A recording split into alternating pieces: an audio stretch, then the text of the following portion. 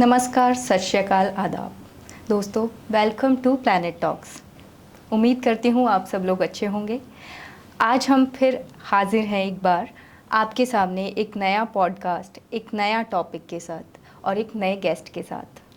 तो चलिए शुरुआत करते हैं अपने इस पॉडकास्ट की। आज का हमारा टॉपिक रहने वाला है वास्तुशास्त्र, जिसके बारे में सब कोई जानना चाहते हैं।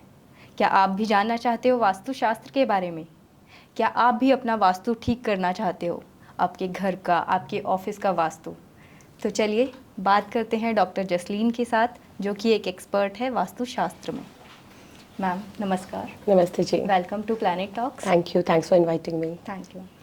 तो मैम बताइए, जो वास्तुशास्त्र है वो कितना पुराना है, और सबसे पहले तो है क्या वास्तुशास्त्र की? अगर हम डेफिनेशन की बात करें तो वो कैसे डिफाइन कर सकते हैं उसे? ओके, देखिए वास्तु अगर हम सिंपल टर्म में बात करें तो वास्तु मीन्स वास यानी रहने योग्य स्थान, और तू का मतलब आ जाता है यहाँ पे पांच महाभूत यानी कि 5 एलिमेंट्स। और अगर हम इसके नाम से ही देखें जैसे कि वास्तु, तो वास्तु में ही इसका मीनिंग छुपा है यानी कि वस्तु। ठीक है, यानी कि कोई भी स्पेस में कोई भी चीज़ ऑक्यूपाई करती है स्पेस, वो वस्तु का ही, वास्तु का ही हिस्सा बन जाती है। उसमें 5 तत्व हैं तो वो वास्तु ही है। और अगर मैं इसे साइंटिफिक बात में बात करूं तो वैदिक science of architecture is vastu. और अगर हम इसकी और डिटेल में जाएं तो हम कह सकते हैं कि एक आइसोलेटेड स्पेस यानी एक खाली जगह, उसको हम अनमैनिफेस्टेड कहते हैं। ठीक है, जो कि अव्यक्त है। और वही जगह जब एक स्पेस ऑक्यूपाई कर लेती है, यानी कि जब हम उस पर निर्माण ले आते हैं, कोई बिल्डिंग बना लेते हैं, तो वो मैनिफेस्ट हो जाती है। तो वो जो स्पेस है वो मटेरियल फॉर्म में आ गई। तो जो वास्तु है, एक स्पेस, वहां से वास्तु बना, एक खाली स्थान, और उस पे अब निर्माण हुआ तो वो एक वाइब्रेशन की स्पेस बन गई। वो वस्तु है हमारे लिए, हम पर्सन्स के लिए, सो दैट हम उसमें रहें, हम रहते हैं और हम वाइब्रेट करें उस यूनिवर्स से, एट द राइट फ्रिक्वेंसी हमारी मैच हो। ये एक बात हो गई।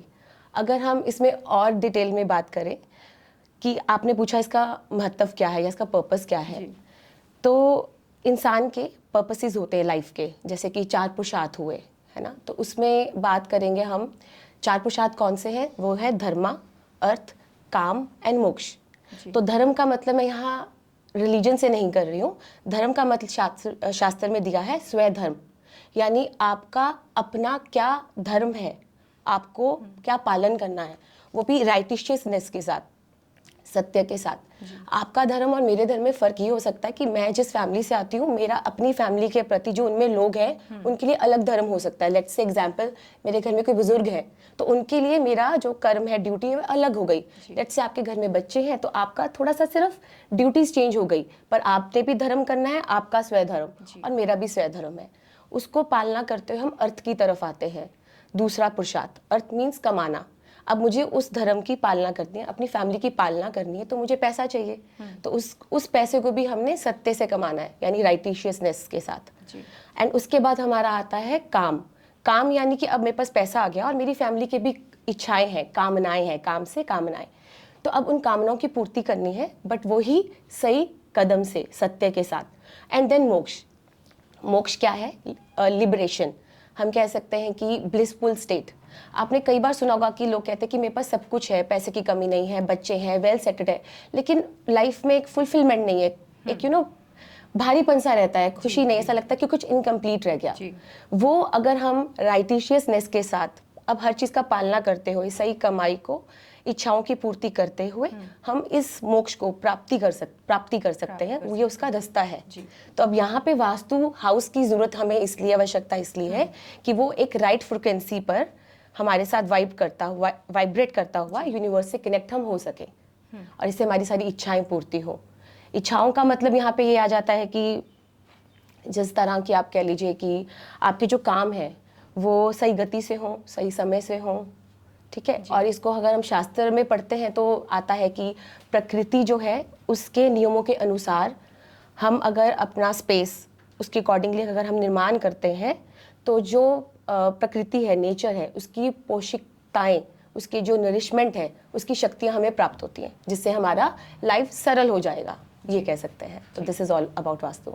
वास्तु जी। और मैंने सुना है कि वास्तु के जो तत्वास हैं लाइक वाटर, फायर, तो ये कितने तत्व हैं और ये मींस कैसे काम करते हैं एक जी। व्यक्ति के लाइफ में? जी, ये प्रश्न ना आपने कुछ पहले ही पूछ लिया, जी। क्योंकि ये सीधा ही एक तरीके से हैमर का काम करेगा जो मैं बात करने जा रही हूँ। Okay. क्योंकि हम लोग यहाँ पे जो भी बात करेंगे जी।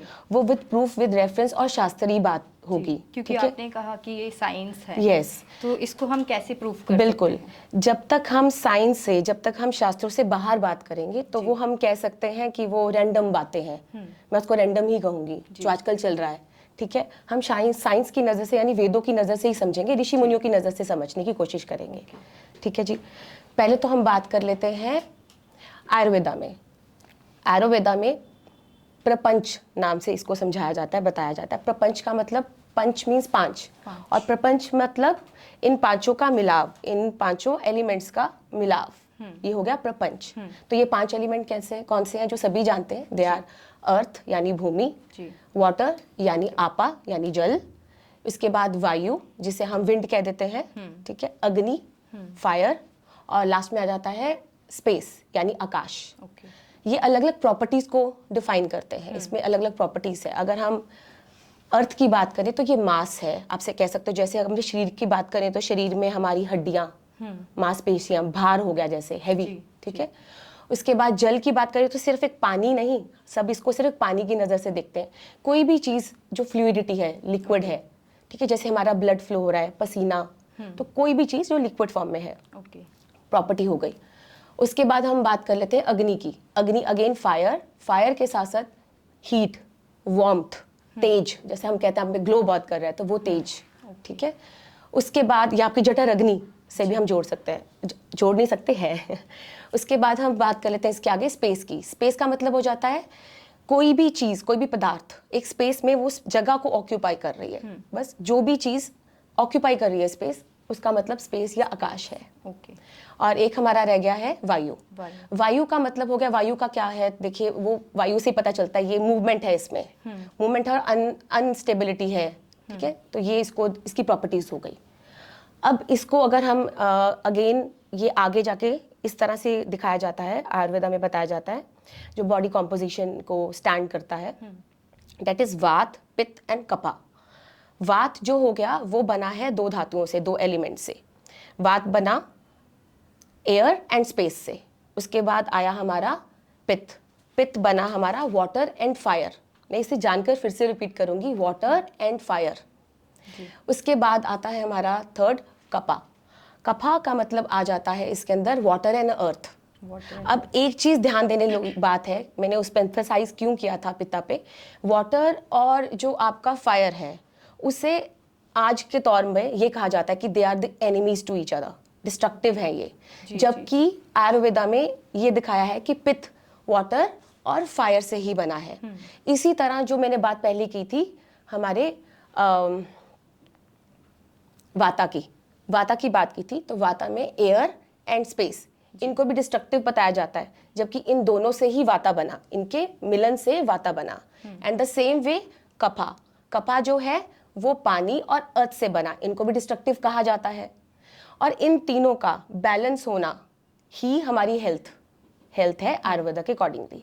यानी कि इन तीनों में से कोई भी एक डोमिनेट करेगा या वीक होगा तो हम डिजीज में आ जाएंगे, ये चीज है। तो इन तीनों का आपस में बिल्कुल इक्वली होना, हम इनमें से किसी को भी प्रधान नहीं कह सकते, कोई भी इसमें से स्पेशल नहीं है। ये तीनों इक्वली जब रन करते हैं हमारी बॉडी में, बैलेंस स्टेट में होते हैं, होलसम स्टेट में होते हैं, तो हेल्थ आती है। ये एक पहलू हो गया जो आयुर्वेदा हमें देता है। अब हम इसे जर्नल लाइफ से समझते हैं। जर्नल लाइफ में देखिए यही सुनने को आता है कि north is a water element space, और वहाँ पे वाटर एलिमेंट मुख्य होना चाहिए, है ना, वहाँ पे अग्नि नहीं आनी चाहिए। और जब हम साउथ ईस्ट की या साउथ की बात करते हैं तो कहते हैं कि इट्स अ फायर जोन। तो यहाँ पे बिल्कुल इस तरह से स्पष्ट वर्ड्स यूज किए जाते हैं कि ये अग्नि का स्थान है, यहाँ पे जल नहीं आना चाहिए बिकॉज दैट्स अ एनिमी। अभी हमने आयुर्वेदा से तो प्रूफ कर लिया कि वाटर और जो आपका अग्नि है वो पिता बनाता है, और उसकी पूरी ही जरूरत है जो हेल्थ को खड़ा करती है, बॉडी को सबसे ज़्यादा इंपॉर्टेंस है बैलेंस रहना, ठीक है। तो अब यहाँ पर क्या कहा जा रहा है कि वाटर होना ही नहीं चाहिए अग्नि में, ठीक है। अब हम जनरल लाइफ को इसके साथ हम इसको इसी बात को स्टडी करते हैं कि ऐसे लाइफ में, जर्नल लाइफ में ऐसा होता है। नॉर्थ में लेट से आपका एक कमरा है, तो कमरे में आप क्या कहेंगे कि मुझे फायर एलिमेंट नहीं डालना, आप पहले इलेक्ट्रिसिटी बंद कर सकते हैं क्या वहाँ से? नॉर्थ में से नहीं कर सकते। तो आप ये समझ लीजिए कि पांचों तत्व हर जगह है। ज़मीन है, वो भी आपका अर्थ एलिमेंट है, वहाँ पे एयर है, वहाँ पे आपकी इलेक्ट्रिसिटी फायर है, ठीक है। तो पांचों तत्व आपको वहाँ मिलेंगे। उसके बाद इसी तरह अगर हम बात कर लेते हैं, किचन में चलते हैं। साउथ ईस्ट में कहा जाता है कि रसोई होनी चाहिए, किचन में चलते हैं।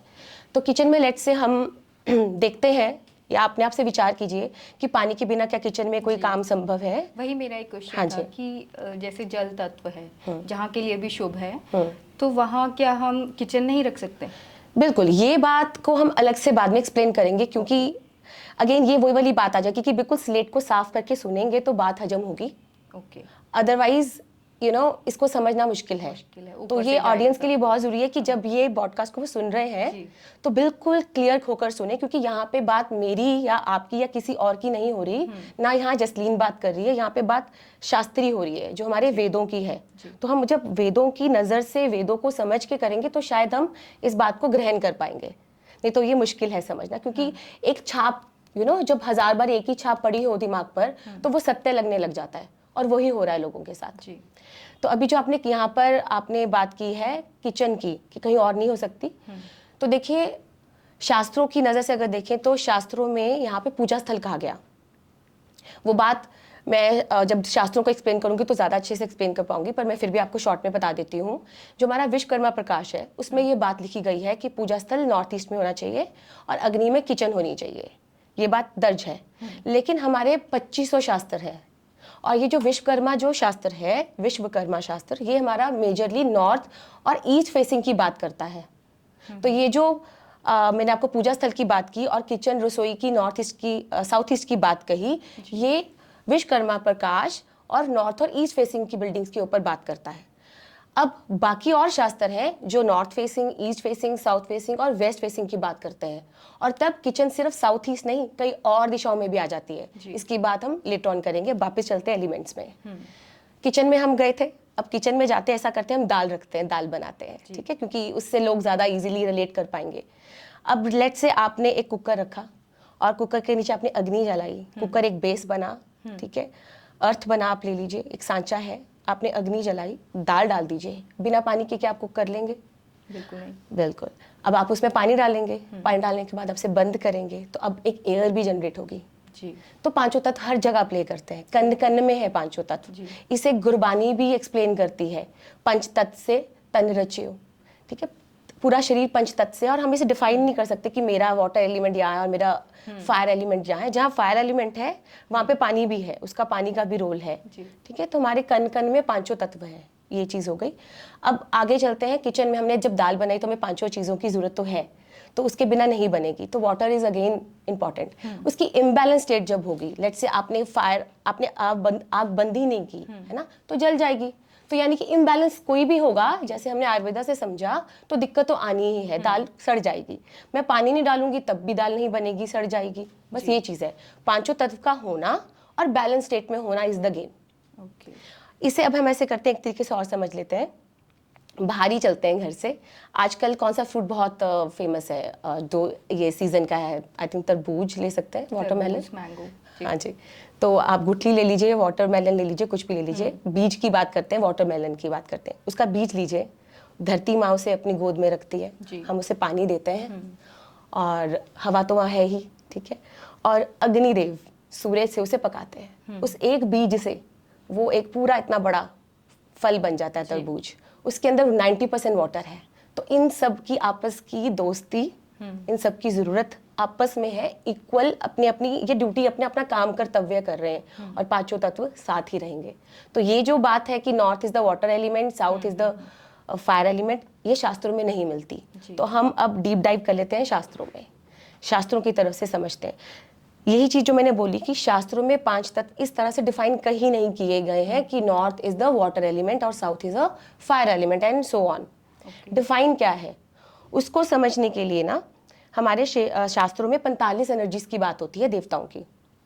इसको शॉर्ट में बताती हूँ, लोगों को पता ही है कि वास्तु पुरुषा पे 45 देवता का विराजमान होता है।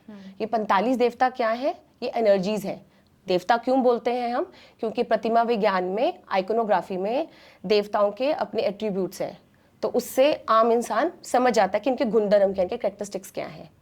तो वहाँ पे एक रंग की बात भी होती है कि ये वाला देवता ये रंग को लिए हुए है।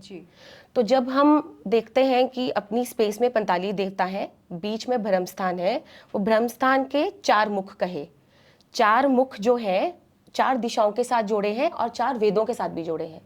लेट्स से हम एक मुख की बात कर लेते हैं।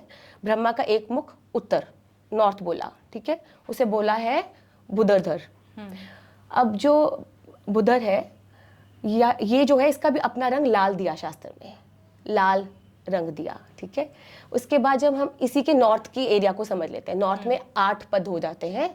इसे दुनिया जो है, लोग जो है नॉर्मली आज के तौर पे इसे N1 N2 के नाम से समझती है, देवताओं के नाम से शायद ज्यादा लोग नहीं समझेंगे, तो मैं दोनों चीजों को लेकर बोलती हूँ ताकि कॉमन मैन समझे इस चीज को।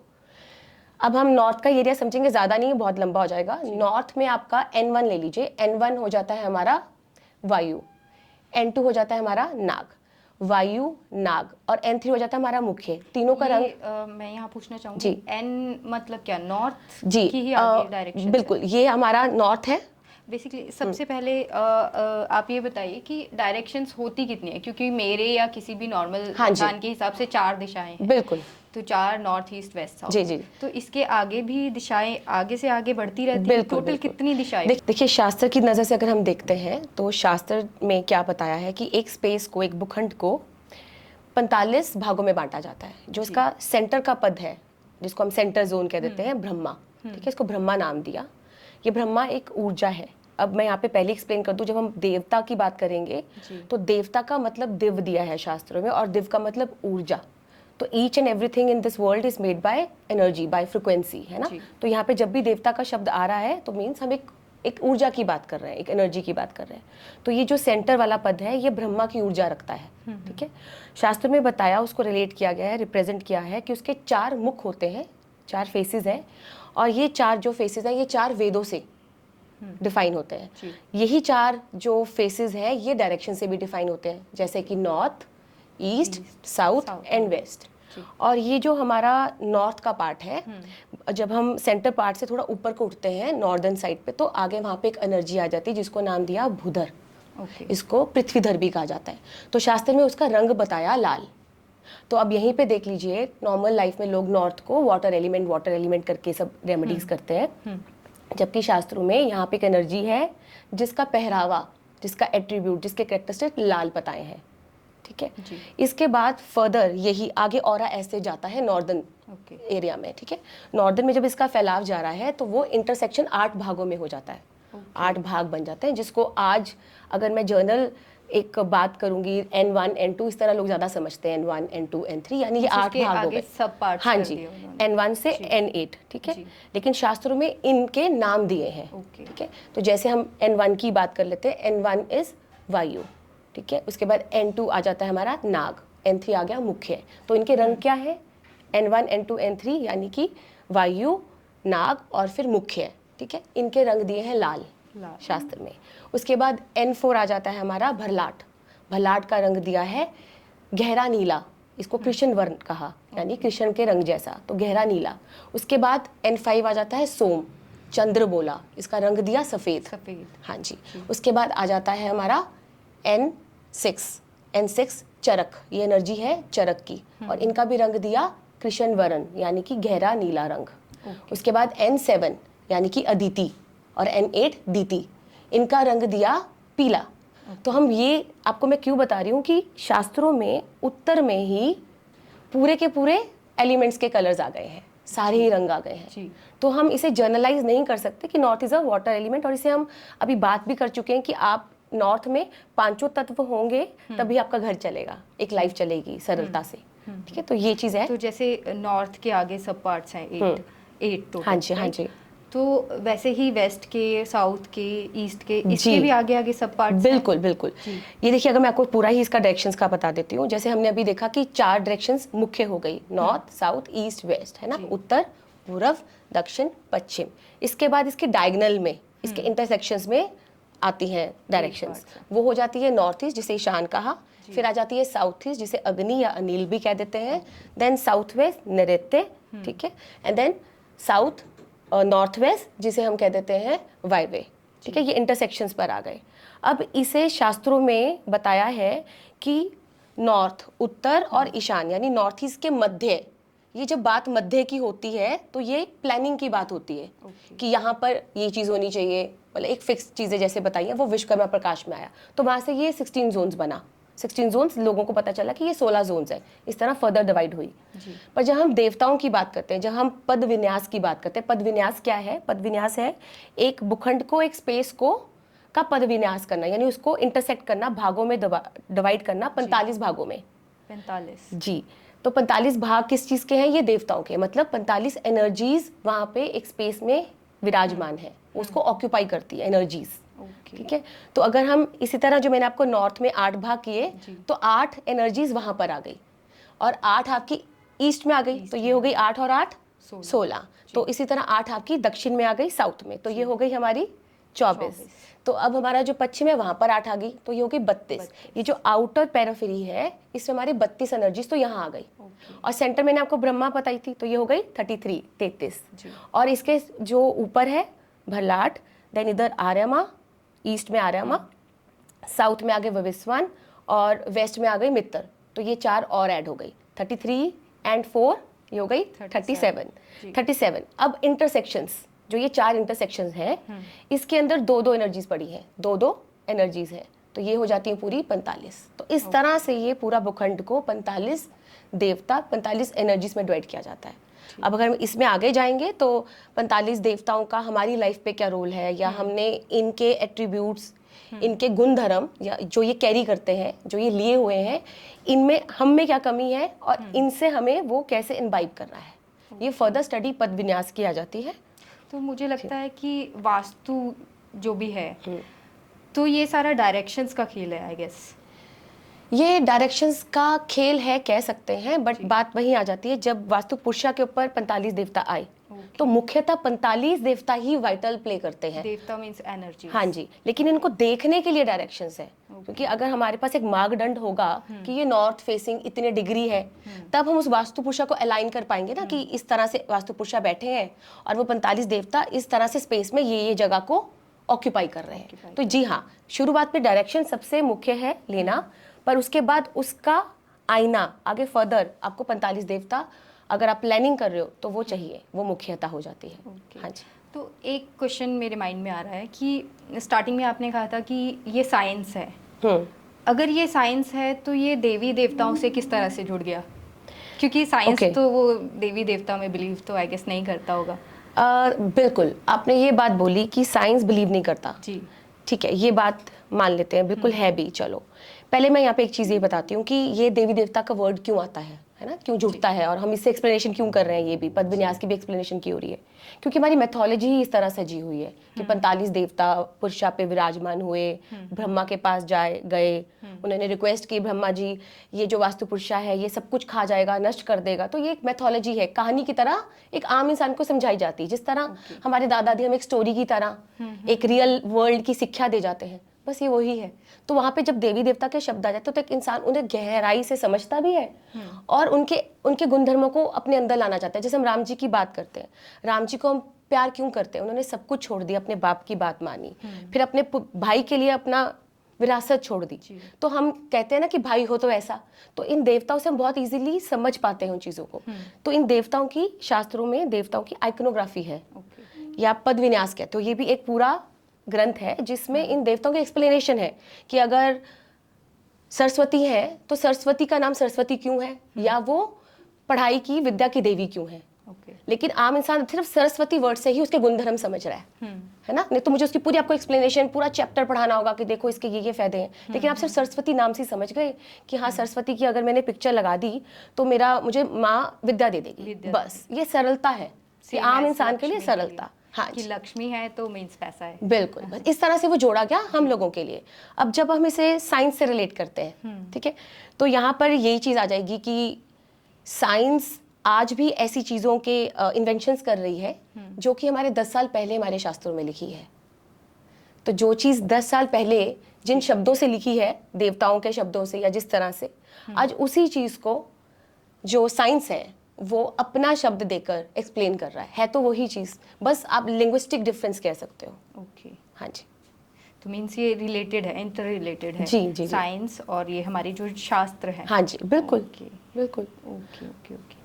तो मैम बात करेंगे जैसे एंशियंट टाइम की, तो मैं आपके बारे में जानना चाहूँगी थोड़ा कि आपकी शुरुआत वास्तुशास्त्र में ये किस तरह से हुई, या आपकी जो भी Okay. जर्नी रही वो कैसी रही? ओके,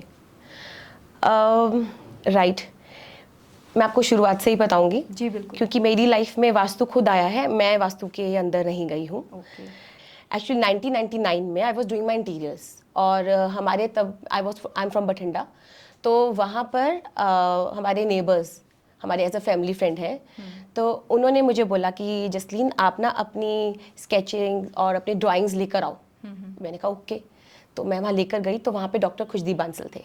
ओके वो उनके रिलेटिव हैं, तो वो उनके घर आए हुए थे, तो उन्होंने मेरी सारी वर्किंग, मेरी ड्राइंग्स उनको दिखाई, और डॉक्टर खुशदीप सर जी ने मुझे आगे से एक अप्रूवल दिया, एक अपॉर्चुनिटी दी कि बेटा आप आओ Delhi and join my office.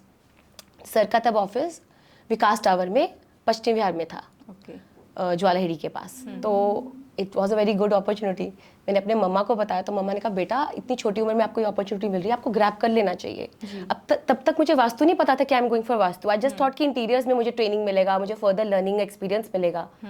तो मैं वो सोच के मैंने कहा हाँ ठीक है सर मैं आ जाती हूँ। मेरे मम्मा मुझे दिल्ली लेके गए, उन्होंने वहाँ मेरे लिए अकोमोडेशन देखा, हॉस्टल था, but the very first day मुझे वहाँ अच्छा नहीं लगा, एंड मैंने ऑफिस में आके खुदीप सर से मिली, उनको मैंने अपनी बात रख दी कि सर मैं आई एम नॉट सेटिस्फाइड, मैं यहाँ अच्छा फील नहीं कर रही हूँ, अच्छा एटमॉस्फेयर नहीं है।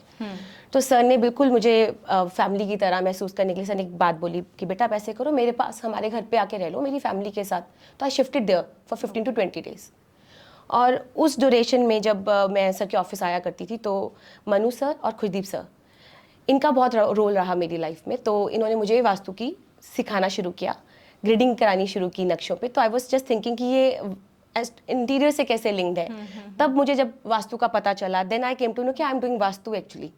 ठीक है, नो डाउट इंटीरियर्स का रोल है, बट स्टार्टिंग मेरी मैं वास्तु सीख रही थी। तो इस तरह फर्दर देन मेरे को अकोमोडेशन मिली और मैंने फिर वहाँ पर शिफ्ट कर लिया। And then later on around 2003 में ये सब करके सीख कर जब मैं वापस आई, तो आपको पता ही है कि मदर्स की आदत होती है सबको बताना कि यस हमारी बेटी दिल्ली गई है, वहाँ यू नो वास्तु सीख रही है। और ये एक नया टॉपिक था तब लोगों के लिए, ज़्यादा लोगों को नहीं पता था। तो सबने बोला अच्छा क्या सीख रही है, अच्छा ऐसा कुछ चेंजेस करती है वो घर में, अच्छा उसको बोलो हमारा घर का करे। तो इस तरह मेरा एक्सपीरियंस शुरू हो गया आस पड़ोस से। ऐसे मुझे केसेस मिलने लगे, मैंने काम किए।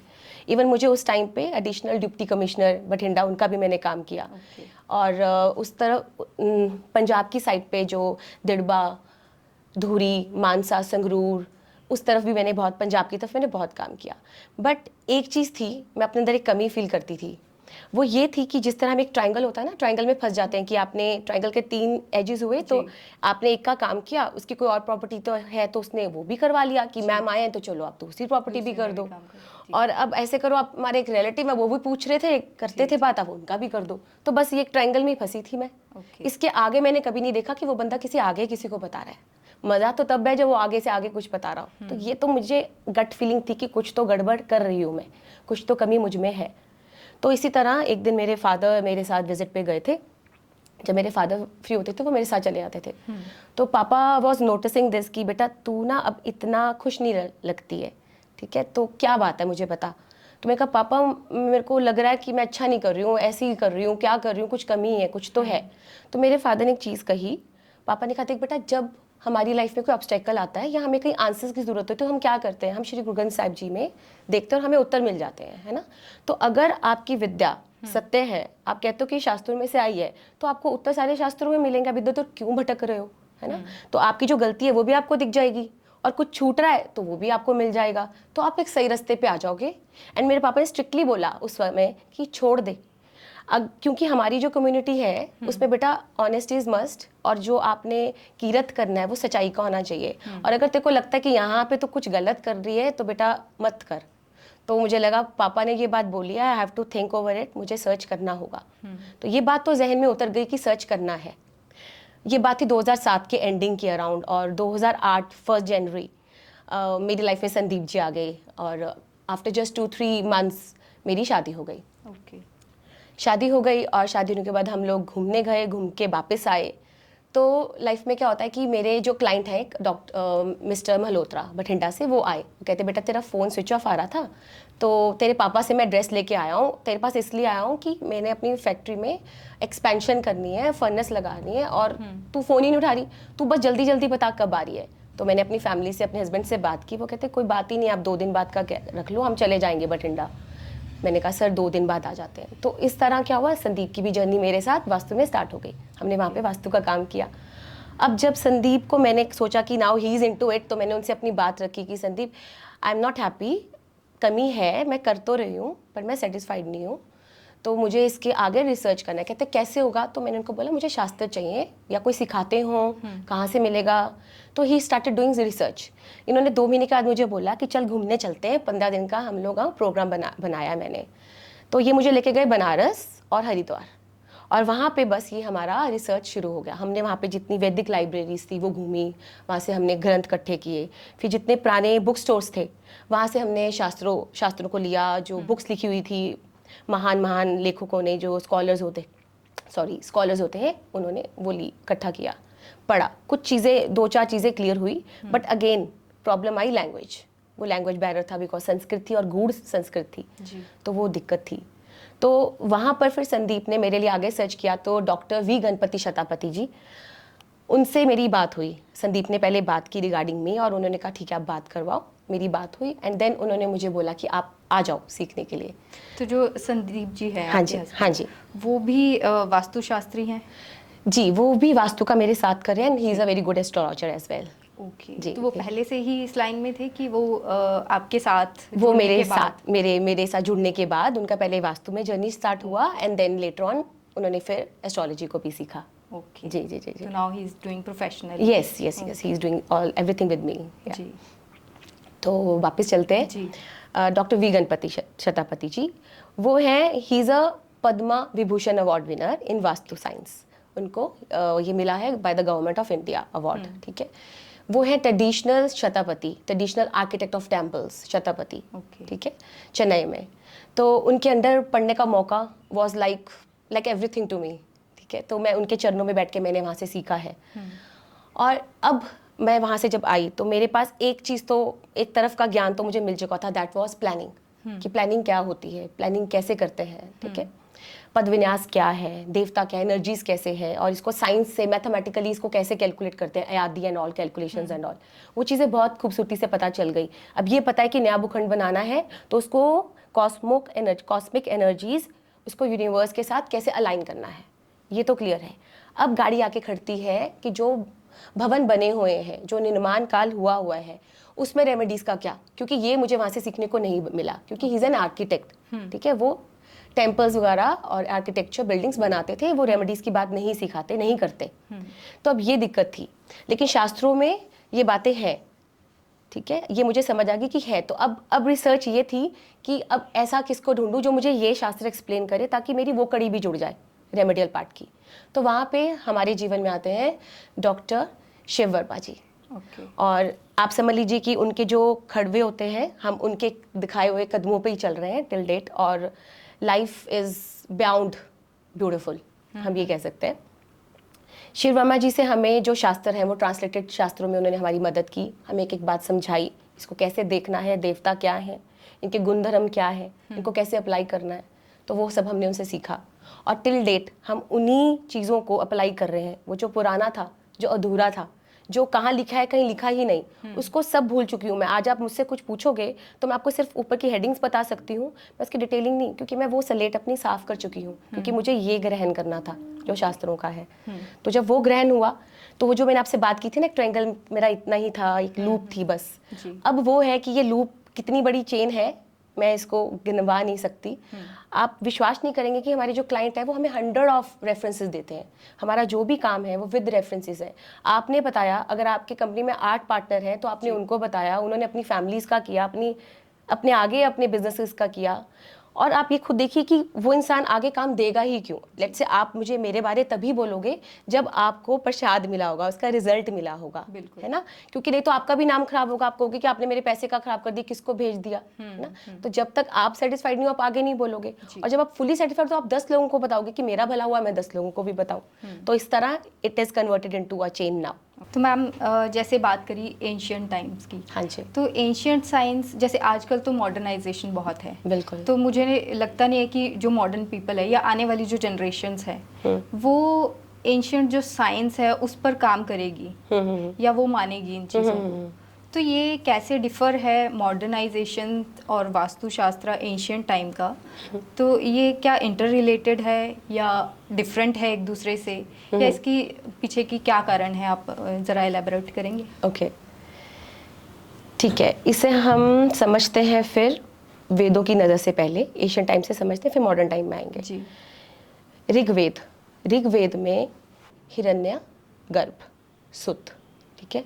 हिरण्य गर्भ क्या है, वो एक्सप्लेन करता है कि जब कुछ भी नहीं था, there was nothing, there was no universe, there was nothing, ठीक है, तब सत, ना सत था ना असत था। सत का मतलब हो जाता है जो चीज़ें हमेशा सत्य हैं, हमेशा रहने वाली हैं, ठीक है, या आप कह सकते हैं जो चेंज नहीं होती, ठीक है, और असत यानी जो चेंज होती रहती, बदलती रहती हैं। तो सत में आ जाता है टाइम एंड एनर्जी, ये पीछे नहीं जाती, आगे कोई जाती है, सत्य रहता है, बढ़ती जाती है, वो चेंज नहीं होती, आगे को आगे जाती है, ठीक है। और जो असत्य है मैटर यानी मटेरियल फॉर्म, वो चेंज हो सकती है, आज कुछ है तो कल कुछ भी और भी बन सकती है, तोड़ के भी बनाई जा सकती है, ठीक है। तो उसमें क्या बताया जाता है ऋग्वेद में कि जब कुछ नहीं था तो वहाँ पे एक ब्रह्मा की एनर्जी थी, मतलब कि एक स्थूल एनर्जी, एक बेसिक एनर्जी थी जिसको ब्रह्मा नाम दिया गया। तो उसके द्वारा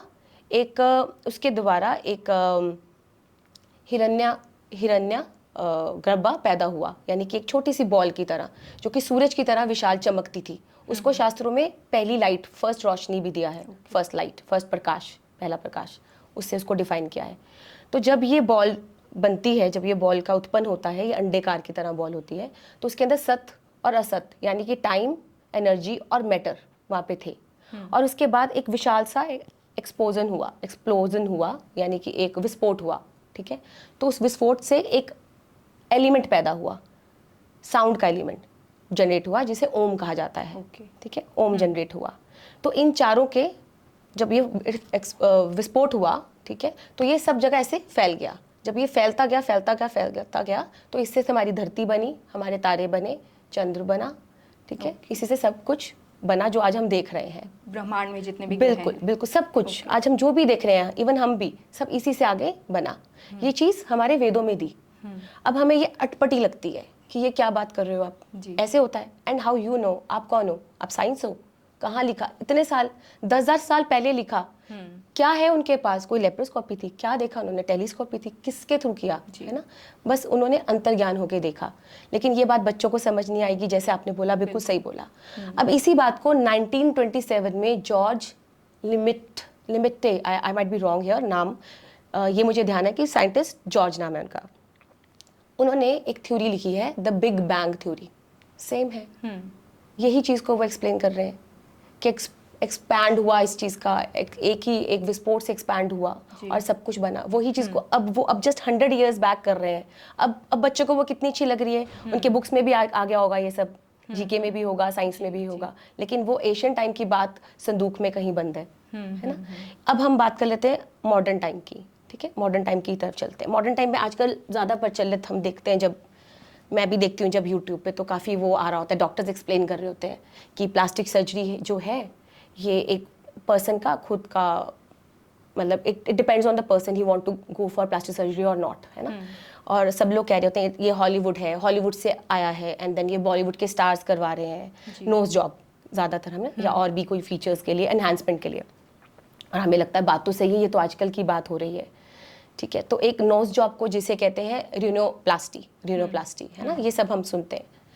अब आप ये देखिए, ये आज का बच्चा इस चीज़ को ये सुन के देख रहा है कि ये अभी का, रिसेंट टाइम्स का है, बस सच कुछ और है, वो भी हमारे शास्त्रों में छुपा हुआ है। वो है सुश्रुत संहिता। सुश्रुत संहिता में बताया गया है, अब से 2600 साल पहले महर्षि सुश्रुत, जिनके नाम पे ये ग्रंथ बना, ठीक है, उन्होंने इसकी इन्वेंशन की थी। पिछले टाइम पे जब वॉर्स होती थी, लड़ाइयाँ होती थी, तो अंग कट जाते थे, तो he is the father of surgeries. इन्होंने ये सर्जरीज शुरू की। जी। और उन सर्जरीज में रीनोप्लास्टी के ही वॉज द मास्टर। उस समय में पनिशमेंट्स दी जाती थी, नाक काट दी जाती थी। Ancient time. जी, एशियन टाइम में को पनिशमेंट के लिए नाक काट दी जाती थी। तो इस तरह से जो महर्षि सुश्रुत है, उन्होंने ये सर्जरी करी, वहाँ से ये शुरुआत हुई। इस तरह जो नॉट जस्ट दिस सर्जरी, इसके अलावा जो हम लोग आँख में मोतिया की बात करते हैं, कैटरेक्ट, वो उनके शास्त्रों में दर्ज है। उसके अलावा जो हम सी सेक्शन की बात करते हैं, सजेरियन, वो भी उस टाइम पे हुई है। ठीक है, उन्होंने 300 डिफरेंट प्रोसीजर्स किए हैं, डिफरेंट सर्जिकल प्रोसीजर्स किए हैं। एंड मोर ओवर जो यहाँ पे बात करने लायक है वो ये है कि 120 डिफरेंट इंस्ट्रूमेंट्स जिससे सर्जरीज होती हैं, वो उन्होंने उस टाइम पे इन्वेंट किए थे, इजाद किए थे। एंड उस वही इंस्ट्रूमेंट आज हमारी जो डॉक्टर्स हैं सर्जरी के लिए यूज़ करते हैं। तो जी, हम जैसे बुक्स में भी देखते हैं, या मैंने भी पढ़ा हुआ है अपने एंशिएंट बुक्स में, हाँ जी, कि उसके हमें बाकायदा वो पिक्चर्स दी होती थी जी, कि उस टाइम पे इजिप्ट ये वाले, हाँ, ये वो यूज होता था, इंस्ट्रूमेंट्स होते थे। हाँ जी, हाँ जी, बिल्कुल बिल्कुल बिल्कुल। तो ये उस टाइम से ही चला आ रहा है। बिल्कुल। अब हमें यहाँ से ये पता चलता है कि हम शास्त्रों से सीख रहे हैं, हम एशियंट साइंस से मॉडर्न टाइम में सीख रहे हैं, हम ये कह सकते हैं। हाँ, हमने उसके वर्ड्स जरूर बदले हैं जी, इतना है, लेकिन सब कुछ हमारे शास्त्रों में भरा पड़ा है, भरमार है, जितना मर्जी निकाल लीजिए। जी। तो मैम जैसे बात हो गई, ठीक है, शास्त्रों की भी बात हो गई, तो एक क्वेश्चन, लेमैन का जो क्वेश्चन बोल सकते हैं हम, कि शास्त्रों के द्वारा या वास्तु शास्त्र के द्वारा क्या हम फ्यूचर देख सकते हैं? क्योंकि आजकल मुझे लगता है सबका ये क्वेश्चन होगा, या हमें ये पता चल जाए कि हम ऐसा वास्तु अपना इस अकॉर्डिंग कर लेंगे तो हमारा फ्यूचर कैसा होगा आने वाला। देखिए, फ्यूचर तो किसी ने नहीं देखा जी, लेकिन हम अपना फ्यूचर ठीक कर रहे हैं। जैसे मैंने पुरुषार्थ की बात की थी कि एक घर या हमें एक जीवन ही क्यों मिला है, शास्त्र बताता है, मैं तो हर बार शास्त्रों से ही करूंगी, तो शास्त्र हमें बताता है कि जीवन के 4 पुरुषार्थ है, पर्पस ऑफ लाइफ। तो वो पर्पस हम ठीक से कर रहे हैं, ढंग से कर रहे हैं, ताकि हम अंतिम तक सही आए। सही है। अगर हम वहीं पे गलत डायरेक्शन में चले गए, हमारी कमाई गलत है ना, हम अपने फैमिली का लालन पोषण सही से नहीं कर रहे, तो वो डायरेक्शन ही गलत है, तो आपको फ्यूचर कैसे सही होगा? फ्यूचर सही करने के लिए आपका आज सही होना जरूरी है। तो वही धर्म, अर्थ, सही कमाई और आपका काम, आपकी कामनाएं की पूर्ति तो को उन्होंने हमें मना नहीं किया, अपनी इच्छाओं को पूरी करो। आपने कमाया है अच्छे तरीके से पैसा, यूज इट, खाओ पियो खरीदो, जो करना है करो, इच्छाएं पूरी करते हुए लिबरेशन तक आना है, मोक्ष तक आना है। मोक्ष मीन सिंपल है कि इन दी एंड आप ये कहो कि यस, मैंने लाइफ जी है, अच्छे से जी है, मैंने कुछ गलत नहीं किया, जितना मुझसे हो पाया, और मैं अंदर से खुश हूँ। तो कह सकते हैं कि अगर हम वास्तु ठीक कर ले, हाँ, तो मतलब 100% श्योरिटी है कि हमारा फ्यूचर अच्छा ही होगा। देखिए, वास्तु एस्ट्रोलॉजी, वास्तु 2 गाड़ी के पहिए हैं। क्योंकि जब हम जन्म लेते हैं तब हमारे आकाश में जो प्लैनेट्स हैं उसकी छवि हम पर छप जाती है। वही हम जब हम जन्म लेते हैं तो एक हमारा इसे क्या कहेंगे, लगना बनता है ना, तो वो भी एक प्ले करता है। बट हम अपनी लाइफ जब हम अपनी फैमिली के साथ जी रहे हैं तो हम वहां पर अपना पुरुषार्थ में कमी ना छोड़ें, उसके लिए वास्तु हेल्प करता है। आपकी लाइफ में जो होना है, जो आना है, उसको हम सरलता से पार कर जाएं, वो आपको वास्तु हेल्प करता है। हम ऐसे कह सकते हैं कि हमने कोई कार्य करना है, जिस तरह शायद मैंने व्हाट इज वास्तु में ही आपको एक्सप्लेन किया कि वास्तु क्यों करना है, इसका ऑब्जेक्टिव क्या है। वो ये है कि रुकावटें ना आए, जल्दी से चीज़ हो जाए, समय का व्यर्थ ना हो, तो उस चीज़ को आप जल्दी से पार करके पहुंच जाएंगे। इजी कर देगा। हाँ, वो आपकी हाँ, वो इजी कर रहा है टू अचीव योर हाँ जी गोल्स। यस, और ये हम पूरे परिवार को लेके जा रहे हैं, क्योंकि जब हम एक घर की, एक भवन की बात कर रहे हैं तो हम पूरे परिवार की, अपनों की बात कर रहे हैं। एक ऑफिस की, एक फैक्ट्री की बात कर रहे हैं तो वो हमारा परिवार बन गया, तो उन सब के वेलबींग की बात कर रहे हैं। लेकिन जब एस्ट्रोलॉजी की बात आती है तो मेरे अंदर क्या कमी है, मेरे जन्म काल के समय मेरे में थोड़ा सा क्या प्रॉब्लम है, वो फिर अलग चीज़ है, वो एस्ट्रोलॉजिकल है। ठीक है, वो एस्ट्रोलॉजिकल है, लेकिन हम यहाँ पे ओवरऑल देख रहे हैं। अब वही बात है, देखिए, रुकावट तो आएगी। अब जैसे मैंने कहा स्वय धर्म की बात की कि मेरी लाइफ में लेट से किसी के घर में बुजुर्ग है, ऑन बेड है, तो है ना मुश्किल आपको एक तरीके से घर से निकलने में, आपको भाग के उनको देखने भी हुआ, तो यही तो ऑब्स्टेकल है जो एस्ट्रोलॉजिकल आपकी कुंडली में आया। लेकिन वास्तु आपको कैसे हेल्प कर रहा है? वास्तु आपको हेल्प कर रहा है उस चीज को सत्य के आप उसको पूरा दिल से, इच्छा से आपको ड्यूटी मान के करें, और आप कर्म भी, पैसा भी कमा लें, कर्म भी करें और इच्छाएं भी पूरी कर लें। लेकिन आपको वो तो नहीं छोड़ सकते ना, वो तो आपके जीवन में आ गया, वो दुख, वो दिक्कत, लेकिन वो आपको, वो आई एस्ट्रोलॉजी की वजह से आपके चार्ट में थी, लेकिन आपको वास्तु उससे कैसे राइट डायरेक्शन में होते हुए भी आपको कैसे राइट डायरेक्शन में रहना है, is all vastu. Okay, means vastu and astrology ये पर्सन टू पर्सन प्ले करती है रोल अपना। See astrology play person to person, वो अलग सब्जेक्ट है, उसको अलग तरीके से समझेंगे। अभी हम वास्तु की बात कर रहे हैं, तो वास्तु जो है वो पर्सन टू पर्सन प्ले नहीं करता। Okay, the reason is this, let's say कि मैंने आपको बोला कि आपके अकॉर्डिंगली ईस्ट में एंट्री होनी चाहिए। आपने कहा ठीक है, मैं अपनी ईस्ट में एंट्री रखूंगा। What about other people in your family? किसी की साउथ में है, किसी की वेस्ट में, उनके लिए शायद वो अच्छी हो अकॉर्डिंग टू एस्ट्रोलॉजी। तो आप पर्सन टू पर्सन नहीं रख सकते। तभी यहाँ पे शास्त्र आपके लिए सरल कर देता है कि लेट्स से आपका नॉर्थ फेसिंग है, तो नॉर्थ में कुछ सेक्शंस होते हैं। नॉर्थ में सेंटर में जब हम देखते हैं मुख्य, भलाड और सोम, तो आप वो एंट्री ले सकते हो और वो सबके लिए अच्छी है। ओके, तो यहाँ पे हम सबको लेकर चलते हैं। जब ईस्ट की बात हो रही है तो ईस्ट में आपकी प्रजन्या, जयंत और महेंद्र, यानी कि आपकी E3 और E4 जिसे आज लोग जानते हैं, वो एंट्री बेस्ट है। इसी तरह साउथ में यहाँ पर आज आपकी ग्रैशत की और कुछ शास्त्रों में विदत और यम की एंट्री भी बताई है। तो अगर हमने वहाँ पे एंट्री रख दी तो वो फैमिली के सारे बंदों के लिए, फैमिली के लिए अच्छा है। द सेम वे वेस्ट है। वेस्ट में हमारे पास आ जाता है सुग्रीव और पुष्पदंत, सुग्रीव एंड पुष्पदंत, और किसी किसी शास्त्र में वरुण भी बताया है। तो ये सबके लिए ठीक हो गई है ना। आप समझ गए ना इस चीज को कि अगर मैं आपके अकॉर्डिंगली चलूंगी, ठीक है, तो बाकियों का क्या होगा? तो मुझे तो सबको लेके, पूरे परिवार को लेकर चलना है। तो जब हम बात वास्तु की करेंगे, जैसे एक फैमिली में 5 लोग हैं, हाँ जी, तो पांचों का वास्तु अलग अलग उनके हिसाब से नहीं हो करा जा सकता। है। हाँ जी, वो सबके लिए एक स्पेस है और सबको उस यूनिवर्स से जुड़ना है। तो वो जो उसका मैथमेटिक कैलकुलेशंस है, जो पद विन्यास है, वो सबके लिए एक है। जी जी। तो मैम, जैसे हमने वेदों के बारे में बात कर ली, वास्तु एज पर वास्तु जी, और शास्त्रों का भी आपने बहुत अच्छा समझा दिया। तो अपनी डिस्कशन को आगे लेकर चलते हैं और हम बात करते हैं वास्तु प्लस एस्ट्रोलॉजी।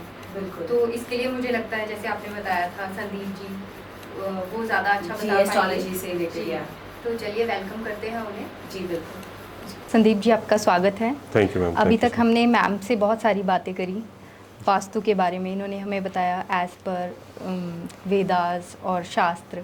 तो उम्मीद है कि वो दर्शकों को भी बहुत पसंद आई होगी। ज़रूर। तो अब हम जानना चाहते हैं वास्तु और एस्ट्रोलॉजी, इसका क्या कनेक्शन है और डेली लाइफ में, डेली रूटीन में ये कैसे काम करती है?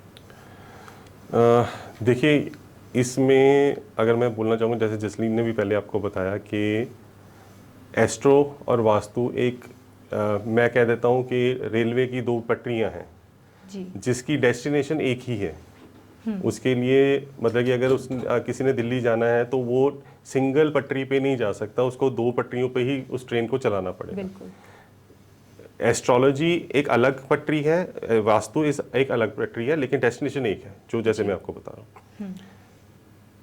आजकल की मार्केट में जो हो रहा है वो यही चल रहा है कि भी एस्ट्रोलॉजी और वास्तु को क्लब करके बोला जा रहा है कि भी एस्ट्रो वास्तु, ठीक है, कि भी अगर आपको अपने घर को बनाना है तो फलानी अगर आपका प्लेनेट यहाँ पे है या ये हाउस का अगर आपका है तो उस हाउस के हिसाब से आपका घर का एंट्रेंस होगी। लेकिन अगर हम लेके चले उस घर में सिर्फ अकेले वो पर्सन तो नहीं रहने जा रहा ना। घर में हस्बैंड हो गए, हस्बैंड वाइफ, बच्चे हो गए, लेट्स से एक बच्चा तो एक बच्चा, उनके मदर फादर वो भी हैं। पहले के टाइम पे क्या होता था कि हस्बैंड सिर्फ अर्निंग हैंड होते थे। आज की डेट में अगर हम लेके चले तो दोनों को अर्न करना बहुत ज़रूरी है। एक हस्बैंड और वाइफ को दोनों को वर्किंग करनी बहुत ज़रूरी है। तो अगर मैं बोलूँ मेरे हिसाब से, मेरे कुंडली के हिसाब से, सो कॉल्ड जिसको बोल देते हैं कि भाई अब मेरी कुंडली के हिसाब से मैंने अगर अपने घर को बनाना है तो वो एक तरह से कबूतर खाना बन जाएगा और कुछ भी नहीं होगा। सबसे बड़ी बात यह है कि जो ये अब एस्ट्रो वास्तु के गुरु चल रहे हैं, अपने आप को जो सो कॉल्ड गुरुज बने हुए हैं वो चल रहे हैं, उनकी सबसे बड़ी प्रॉब्लम ये है कि किसी का भी जो कुंडली में आपके हाउसेज हैं, हाउसेज में कौन सा डायरेक्शन है, जैसे एक चलो मैं तो उसको ले लेता हूँ कि फर्स्ट हाउस को हर कोई ईस्ट मान के चलता है, वो सब ईस्ट ही ले रहे हैं, लेकिन कॉन्ट्रडिक्टरी कहाँ पे हो जाता है जब हम सेकंड हाउस पे जाते हैं या 12th हाउस पे जाते हैं या फर्दर ऑन भी होता है। कोई सेकंड हाउस को जो है वो बोलते हैं that is east north east या ईस्ट ऑफ नॉर्थ ईस्ट को ले लेते हैं, ठीक है जी। अगर हम लेके चले जाए 12th हाउस में, कोई उसको बोलता है ईस्ट ऑफ साउथ ईस्ट से शुरू होता है जी, साउथ ईस्ट में ये बीच में आ जाता है जी।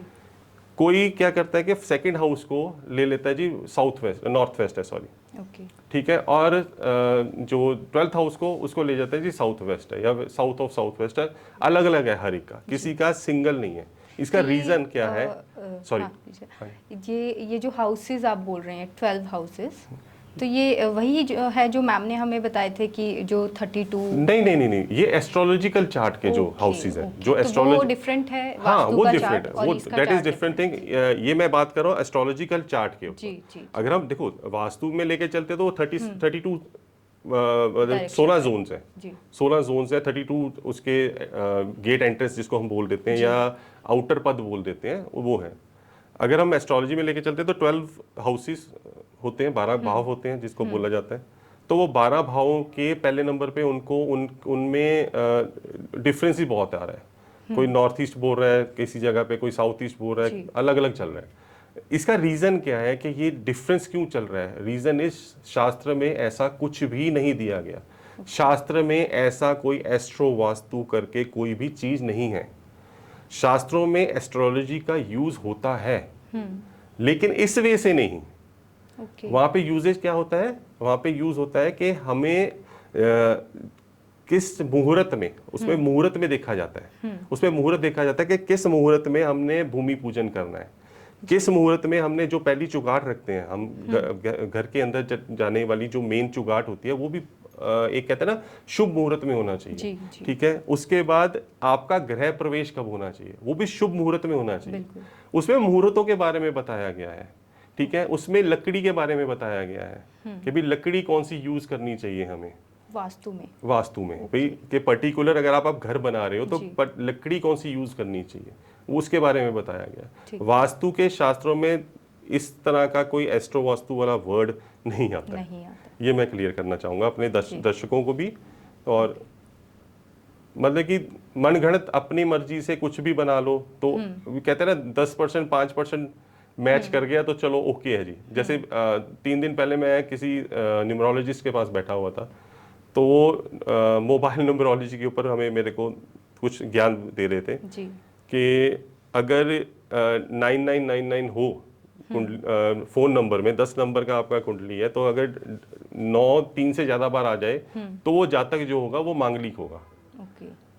कुंडली में वो बंदा मांगलिक नहीं है, लेकिन न्यूमरोलॉजी में विद अपना मोबाइल के साथ आप साबित कर रहे हो कि ये सामने वाला मांगलिक है। तो सर जैसे कि आपने बताया कि 999 4 बार हो, या फिर कोई और भी नंबर्स मैंने सुना है जैसे 4 है, तो ये भी क्या काम करते हैं या 4 को ज़्यादा लकी नंबर नहीं समझा जाता, मैंने सुना है? देखिए मैं न्यूमरोलॉजी का इतना ज्ञाता नहीं हूँ, लेकिन जो मैंने उनसे बात करते हुए जो मैंने नॉर्मली सुना है वो कह रहे थे कि अगर आपके मोबाइल नंबर में 14 या 41 हो तो आपको 100% गवर्नमेंट की पेनल्टी लगेगी ही।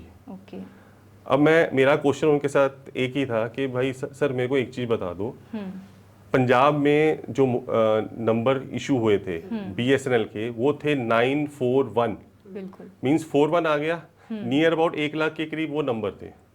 उसके बाद मैं आइडिया में चले जाता हूँ, आइडिया का था 98141, 14 भी आ गया, 41 भी आ गया, मींस ये जो सेट ऑफ नंबर्स हैं 10-12 लाख 15 लाख नंबर हो जाएंगे, मतलब कि इनको सबको पेनल्टी लगेगी। तो उनके पास वो आंसर नहीं था। आंसर निकाला गया नहीं, उनकी ग्रह दशा में कुछ होगा तो कुंडली में कुछ होगा तो होगा, तो अगर कुंडली में होगा तो न्यूमरोलॉजी मोबाइल न्यूमरोलॉजी करनी क्या है हमने। इसी तरह से एस्ट्रो वास्तु में जो भी ये मनगढ़ंत चीजें चल रही हैं, ये इसका कोई भी सिर पैर नहीं है। शास्त्र तो इसको कुछ भी नहीं बताता इस तरह की चीज। जैसे आपने बात करी कि अगर न्यूमरोलॉजी या एस्ट्रोलॉजी के हिसाब से कुछ कुंडली में गड़बड़ है, तो क्या उसको वास्तु के से ठीक किया जा सकता है? देखिए अगर मैं इसको लेके चलूँ तो एस्ट्रोलॉजी जो है वो ह्यूमन बीइंग के ऊपर काम करती है, जैसे जसलीन ने बताया था, मेरे पर्सनल पे काम करती है। अगर मैं लेके चलूँ वास्तु एक स्ट्रक्चर ऑफ बिल्डिंग, स्ट्रक्चर के पे ऊपर वर्किंग करती है, मींस लैंड के ऊपर वर्क करती है, लैंड एनर्जीज के ऊपर वर्क करती है। देखिए ये आपस में कनेक्टेड है। मैं जो मेरी अपनी राय है, मैं औरों से नहीं बोलूँगा, क्योंकि ये आपस में कनेक्टेड कैसे हैं कि अगर मेरी कुंडली बहुत अच्छी है और मेरे घर पे वास्तु कोई दोष है, आई कैन 100% से कि घर मेरे को कुछ उस जोन की जो भी फॉल्ट होगा, let's say relation south west में कोई प्रॉब्लम है, ठीक है, तो साउथ वेस्ट बोला जाता है पितरों की स्थान। पितर होते हैं हमारे जो एंसेस्टर्स होते हैं, एंसेस्टर्स से हमारे सारे रिलेशंस बनते हैं, ठीक है, वो रिलेशनशिप जोन इसको बोल देते हैं वैसे अगर हम बोले जाएं। तो अगर वहाँ पे कोई फॉल्ट होगा तो ऑटोमेटिकली ये बोला जाता है कि आपके रिलेशनशिप खराब होगी। अगर मेरी कुंडली बहुत अच्छी है और मेरे साउथ वेस्ट में कोई एंटी एक्टिविटी हो रही है या कुछ भी फॉल्ट है, तो ऑटोमेटिकली मेरी वाइफ के साथ, मेरे पार्टनर्स के साथ या किसी और वे से रिलेशनशिप में प्रॉब्लम आएगी। ये देखा गया है, ठीक है। लेकिन अगर मैं बोलूं कि हाँ सिर्फ वास्तु प्ले करेगा या सिर्फ एस्ट्रोलॉजी प्ले करेगी, ये गलत है। ये दोनों, मैंने जैसे स्टार्टिंग में कहा था कि ये ट्रेन के दो पहिए या मैं लगा लूं कि साइकिल के दो पहिए हैं या स्कूटर के दो पहिए हैं जो इकट्ठे चलेंगे। अगर एक भी पंचर हुआ तो ऑटोमेटिकली वो आगे बढ़ेगा नहीं, वो गाड़ी वहीं पे खड़ी हो जाएगी। इस दोनों को बैलेंस करना बहुत जरूरी है, बहुत जरूरी है, एस्ट्रोलॉजी को भी और वास्तु को इसको भी। ओके, तो जैसे हमारे घर में बुजुर्ग होते हैं, जैसे हमने सुना है बुजुर्गों से ही कि वो कहते थे कि आप शाम के समय नेल्स नहीं काटो, या फिर हमारा जो मंदिर है वो इस स्थान पर नहीं होना चाहिए, या फिर किचन इधर नहीं होनी चाहिए, या फिर पहले जैसे देखते थे हम मूवीज़ में भी हमने देखा है कि वॉशरूम्स जो हमारा टॉयलेट है वो घरों में होता ही नहीं था। तो ये कॉन्सेप्ट कितना सच है? थैंक यू मैम, आपने मेरे को टाइम दिया प्रिंट आउट निकालने के लिए। जी। बेसिकली जो आपका क्वेश्चन था ना कि पहले जो घरों के में टॉयलेट्स बाहर होते थे और आज की डेट में टॉयलेट्स घर के अंदर आ चुके हैं, ठीक है। ऑब्वियस है उससे हेल्थ इश्यूज या नेगेटिविटी बढ़ेगी, क्योंकि हम वहाँ पे अपना मल छोड़ के आते हैं, मीन्स अपनी नेगेटिविटी छोड़ के आते हैं। जी। अगर मैं लेके चलूँ, पहले होता था, विशाल जगह थी, खुली जगह थी, पॉपुलेशन कम थी, बड़ी बड़े घर थे, सब कुछ था। अगर आज की डेट में मैं चंडीगढ़ में लेके चलूँ, उस टाइम पे आप लगा लो कि मैं अगर कहूँगा बहुत ज़्यादा 5 लाख 10 लाख रुपए में बहुत बड़ी जगह आ जाती थी। आज की डेट में अगर हम चाहेंगे ना, तो अगर हम चंडीगढ़ की बात करते हैं, सिर्फ चंडीगढ़ की बात करता हूँ मैं, बड़ी नहीं बात करता, वहाँ पे अगर आप 10 मरला मीन 250 गज का भी देखोगे ना, तो कम से कम 5 करोड़ का आएगा, ठीक है। तो इट इज़ नॉट फिजिबल कि हम टॉयलेट के लिए एक अलग से जगह बनाएं। फ्लैट का कंसेप्ट भी वही है, फ्लैट में भी हमारे को टॉयलेट्स, ये तो हो नहीं सकता भी रहने के लिए अलग बना दिया और टॉयलेट्स की पोजीशनिंग बिल्डर ने अलग अलग जगह पे दी थी, ये नंबर का जो टॉयलेट है ये आपकी फैमिली के लिए, वो हम लोग नहीं कर सकते। तो अब मैं इसके ऊपर आता हूँ कि शास्त्र क्या कहते हैं। शास्त्र में टॉयलेट्स की पोजीशनिंग बताई गई है, कहाँ कहाँ पे हो सकती है, लेकिन अगर पॉजिटिव जोन में आ जाती है, भाई पॉजिटिव जगह पे आ जाती है, तो उसकी रेमेडी भी होती है। जैसे कि आजकल चल रहा है ना, बहुत बड़े बड़े वर्ड्स यूज किए जा रहे हैं कि अगर नॉर्थ ईस्ट में, ईशान कोण में टॉयलेट होगा तो 100% कैंसर होगा ही होगा। सेकेंड बोला जा रहा है, एक अलग वीडियो में बोला जा रहा है कि अगर नॉर्थ ईस्ट में टॉयलेट होगा तो मेजर हेल्थ इश्यूज आएंगी, जैसे हार्ट अटैक आ जाना, ऐसा पैरालिसिस अटैक आ जाना, ऐसा आएगा। मैं उनके साथ तीनों चीज़ों में एग्री भी हूँ और डिसएग्री भी हूँ, ठीक है। मैं एग्री क्यों हूँ? बिल्कुल वो सही कह रहे हैं कि कैंसर या ब्रेन हैमरेज या हार्ट अटैक तो चलो मैं रिलेट नहीं करूँगा क्योंकि ब्रेन से रिलेटेड है, वो आएगा। उनसे डिसएग्री क्यों हूँ? क्योंकि इसमें भी एस्टेरिक मार्क है, कंडीशन अप्लाई, ठीक है, कंडीशन अप्लाई है। तो उसको समझाने के लिए मैंने प्रिंट आउट निकलवा लिया। प्रिंट आउट में आपको मैं एक एक चीज़ समझाने की कोशिश करूँगा। मैं आपको इसकी सॉफ्ट कॉपी दे दूंगा, जिसको आप व्यूअर्स को दिखा के मींस आप स्क्रीन पे लगा दीजिएगा, उसमें वो समझ जाएंगे, क्लियर हो जाएगा क्या चीज़ है। अब ये हमारे एक वास्तु पुरुष मंडला है, आपने ये देखा होगा स्क्वायर, वास्तु की बुक्स में ऐसा मंडला बना होता है जिसमें आउटर पदों में 32 देवताओं के नाम, इंटरनल फिर आगे आगे ब्रह्मा से लेके शुरू हो जाता है। अब होता क्या है कि कहते हैं ना, दोष कहीं और होता है, हम निकालते कहीं और हैं। वास्तु का सबसे बड़ा जो मेजर तीन चीजें, 2 चीजें जसलीन एक्सप्लेन करेंगे, एक चीज को मैं एक्सप्लेन करने जा रहा हूँ। That is marma points, vital points. हमारी बॉडी में भी वाइटल पॉइंट्स होते हैं, जिसको वाइटल पॉइंट्स होते हैं, जिससे अगर वहाँ पे कुछ, जैसे लेट्स से कोई जा रहा है, एक्सीडेंट हुआ, हेड इंजरी हुई, तो हमने सुना हेड इंजरी हुई, बंदे की डेथ हो गई, ठीक है।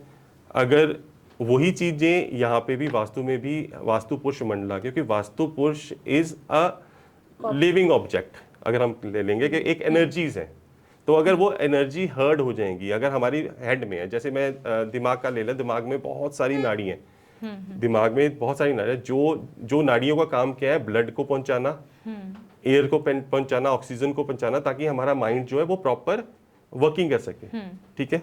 अगर उसमें से हमारी कोई एक नर्व है वो ब्लॉक हो जाए, तो वो क्या होती है, वो हो जाता है जी, आपको ब्रेन स्ट्रोक हो गया, या ब्लड क्लॉट हो गया, जिस कारण आपको, अगर लेफ्ट साइड पे तो लेफ्ट साइड का अंतरंग, जिसको हम पैरालिसिस अटैक बोलते हैं, अगर राइट साइड पे तो राइट साइड पे हो गया। इसी तरह से वास्तु के भी मर्म पॉइंट्स होते हैं, वाइटल पॉइंट्स होते हैं, जो बहुत इंपॉर्टेंट होते हैं। नॉर्थ ईस्ट में मैंने जैसे बोला, टॉयलेट होगा या किचन होगी तो कैंसर होगा, मैं एग्रीड हूं, लेकिन एस्टेरिक मार्क, कंडीशन अप्लाई, अगर वो मर्म स्थान को हिट कर रहा होगा तब होगा, अदरवाइज वो दिक्कत नहीं आएगी। मैंने आपको बताया कि मैं आपको कुछ लाइव चीज भी दिखाऊंगा, जो व्यूअर खुद भी उसको ऑब्जर्व कर पाएंगे कि भी उस घर में 100-200 फ्लैट्स बने हुए हैं, तो उन फ्लैटों में, मीन 100 फ्लैटों के 100 को कैंसर हो गया, या 100 के 100 घरों के जो लोग हैं उनको ब्रेन हेमरेज हो गया या पैरालिसिस अटैक हो गया। ये ट्रुथ नहीं है। हम तभी कहते हैं कि आप सुनी हुई बातों पे मत जाओ, लॉजिक ढूंढो। आप ये उस जो बंदा बोलते हैं, आपको आप प्रूफ तो करो, बताओ तो सही, रीजन तो दो, क्यों टॉयलेट ही क्यों वहां पे टॉयलेट। मैं कहता हूं वहां पे अगर आप कील भी लगा दोगे, मैं आपको आपके पॉडकास्ट में बोल देता हूं कि अगर आप दीवार के ऊपर कील लगा दोगे ना, तो भी आपको ब्रेन हेमरेज हो जाएगा, पैरालिसिस अटैक हो जाएगा। मैं क्लेम कर रहा हूँ, ये संदीप ओली क्लेम कर रहा है, लेकिन शास्त्र क्या क्लेम कर रहा है वो हमने देखना है ना। जी। तो शास्त्र क्या कहता है, ये मर्म पॉइंट्स होते हैं। मर्म पॉइंट्स के ऊपर आते हैं। मर्म पॉइंट्स बनते कैसे हैं, पहले नंबर के ऊपर मर्म पॉइंट्स होते क्या हैं, बनते कैसे हैं। मर्म पॉइंट्स आपको बता रहे वाइटल पॉइंट्स होते हैं। मर्म पॉइंट बनते कैसे हैं, अब आप ये देख रहे होंगे कि ये लाइंस है, 3 लाइंस ये जा रही हैं, 3 लाइंस इधर जा रही हैं। ये कहाँ से जा रही है, नॉर्थ ईस्ट से साउथ वेस्ट की तरफ, नॉर्थ वेस्ट से साउथ ईस्ट की तरफ। ये 3 लाइंस जो हैं, इनको कहते हैं वंश, मींस वेन्स, जिसको हम वेन्स कह देते हैं। हमारी बॉडी की वेन्स होती है ना, वे नाड़ी, ये नाड़ी है एक तरह से। ये जो पॉइंट्स हैं जो मैं दिखा पा रहा हूँ, काले रंग की आपको अगर स्क्रीन में नजर आ रहे हैं, उसमें उसको बोला जाता है मर्म पॉइंट्स, जिसको इंटरसेक्शन, जहाँ पे ये 2 नाड़ियां इकट्ठी होती हैं, एक दूसरे के ऊपर आती हैं, उसको हम बोलते हैं मर्म पॉइंट्स। जो ये एंट्री पॉइंट्स हैं, मींस जो जहाँ पे जो कॉर्नर्स में ये जो पॉइंट्स हैं, जहाँ से ये लाइन शुरू हो रही है, उसको कहते हैं सिरा। हम पंजाबी में ना सिरा पाइप दा सिरा आ रहा, शुरुआत, this is the starting point. हाँ, अगर वास्तु नॉर्थ ईस्ट में इस वाइटल सिरा पॉइंट पे टॉयलेट या किचन का कोई भी नेल, टॉयलेट सीट आ गई तो प्रॉब्लम देगा, 100% देगा, वो ऑब्जर्व्ड है। अगर ये मर्म पॉइंट से, इस सिरा पॉइंट से अगर लेफ्ट या राइट हो जाता है, तो ऐसी कोई भी दिक्कत नहीं आएगी। मैं व्यूअर्स से एक चीज बोलना चाहूंगा, आपके व्यूअर्स से, कि आप घबराइए मत, क्योंकि half knowledge is always dangerous. 2-4 दिन 6 दिन का कोर्स करके अपने आगे गुरु लगा लेना या आचार्य लगा लेना, उससे ये नहीं होता।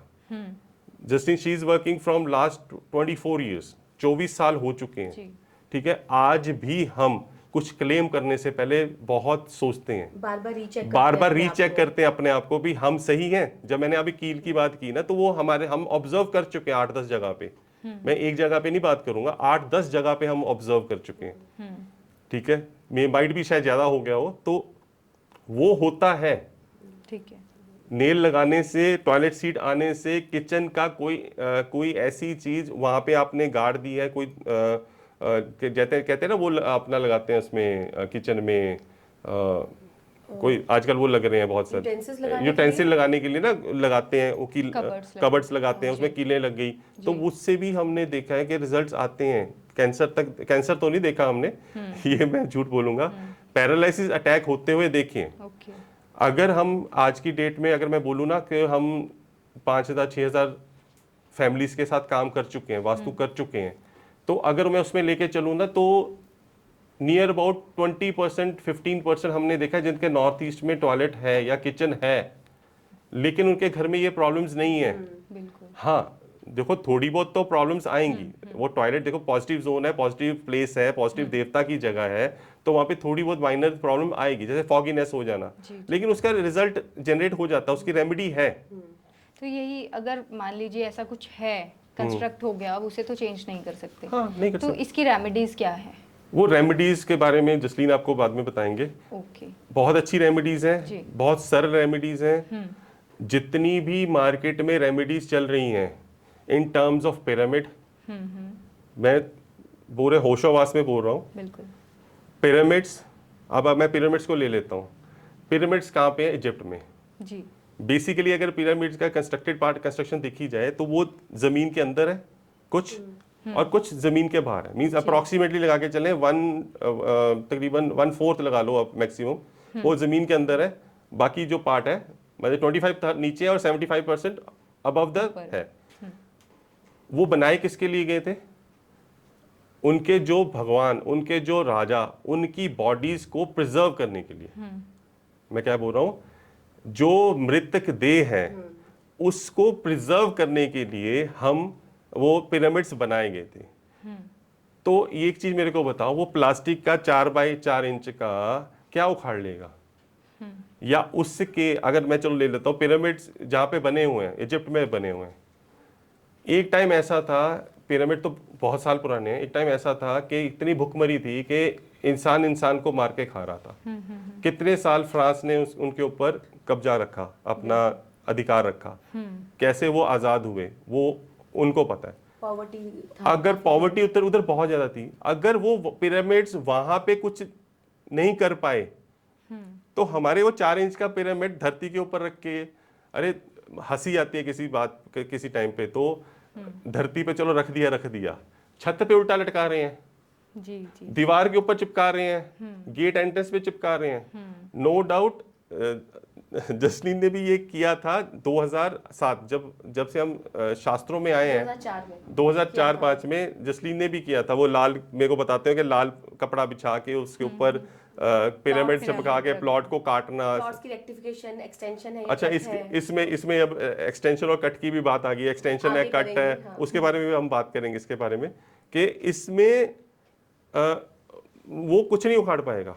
उसके एनर्जी 1/4 उस पे 1/3 पे है, अंदर है, उसके अंदर है, उसके बाहर नहीं है। तो हाउ इट इज पॉसिबल कि वो उसको आपको एनर्जी पैसा दे जाएगी? ठीक है। उसके बाद आ जाते हैं जी, आजकल एक चलन चल गया वर्चुअल एंट्री। अगर आपकी एंट्री सही नहीं है तो हम वर्चुअल एंट्री निकाल देंगे।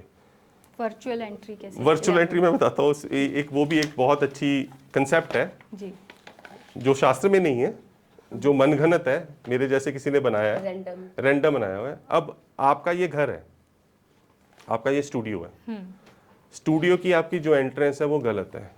ठीक है, मैं क्या करूंगा, मैं बोलूंगा एक काम करते हैं, आपकी ये एंट्रेंस गलत है, एक काम करते हैं, ये वाली जो जगह है ना, लेट्स से एक दी वॉल है, ये वॉल वाली जो जगह है ना, ये यहाँ पे मैं आपके ना 2 एलिमेंट रॉड्स डालूंगा उस जोन के एलिमेंट्स के हिसाब से। मीन्स अगर N3 N4 की एंट्रेंस चाहिए तो मैं वहाँ पे वो ले लूंगा, एल्यूमिनियम की रॉड्स ले लूंगा, कि मैं एल्यूमिनियम की रॉड्स 2 डालूंगा, वहाँ पे आपकी वर्चुअल एंट्री शुरू हो जाएगी। आपका जो स्टूडियो बना हुआ है 25th फ्लोर पे ऊपर है, और वो जो वॉल है ना, अगर वो वॉल तोड़ दोगे ना तो आप ये समझ लो कि आप सीधा 25वें फ्लोर से सीधा ग्राउंड फ्लोर तक आके रुकोगे, इससे पहले नहीं रुकोगे जी। ठीक है, तो हाउ इट इज पॉसिबल वो वर्क करेगी? बिल्कुल, आपका मन ही, आपका दिमाग ही उसको पहले एक्सेप्ट नहीं करेगा। ठीक है, बेसिकली हो क्या रहा है कि मन घड़त जो किसी के माइंड में आया कि भी आज ये बना दो, आज ये बना दो, और आजकल तो वो पता नहीं इतने क्या कुछ बना दिए। एक वो पत्तियां आ रही हैं आजकल जिसको दिव्स बोला गया है, देवता की दिव्स बोला गया है। ओके। कि भी वो 3 देवता डिव्स आते हैं, धरती में गाड़ दो, ठीक है, उससे आपकी वो देवता एनर्जी फील्ड बढ़ जाएगी। हाउ इट इज पॉसिबल, किस शास्त्र में दी है? कई बार मैंने ये भी देखा है कि घर बनाते समय लोग जो दहलीज होती है जी, अगर उनकी एंट्री सही जोन में नहीं है तो वो दहलीज पे कभी चांदी की तार रख देते हैं या चेन रख देते हैं, फिर उसको कवर कर देते हैं। तो ये कंसेप्ट भी क्या सही है वास्तु के हिसाब से? देखिए ये वास्तु के हिसाब से में आता है और भी या नहीं भी है। करने का तरीका जैसे आपने बताया वो गलत है। मैं इसको वो एक्सप्लेन जस्टिन। कि दहलीज का मतलब तब यूटिलाइज होता था, ये वास्तु में तब बताया जाता है जब आपका घर मेन रोड पर है। जैसे पुरानी गलियां होती थी, गलियों में घर होता था और आपका कोई मेन एंट्री गेट नहीं है और सीधा आप अपने घर में ही एंट्री बिल्डअप एरिया में एंट्री कर रहे हो, तब दहलीज रखनी जरूरी है। उसका वजह भी ये थी कि डायरेक्टली कोई आपके घर में ना आ सके, कुत्ता बिल्ली कोई जानवर ना आ सके, तो एक दहलीज बनाई गई, ठीक है।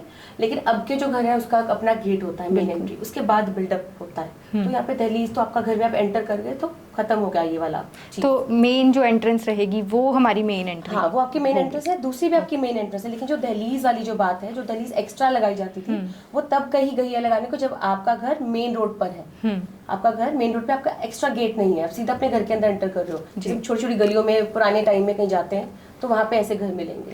तो ये फ्लैट्स में काम नहीं करती? नहीं, बिल्कुल भी नहीं, क्योंकि आपका एंट्री गेट कहीं और हो रहा है। उसके बाद आप आपका मेन एंट्री नहीं है, यहाँ पे रोड नहीं है आपकी, यहाँ कोई वाहन नहीं चल रहा, कुत्ता बिल्ली नहीं घूम रहे, इसलिए आपको उसकी जरूरत नहीं है।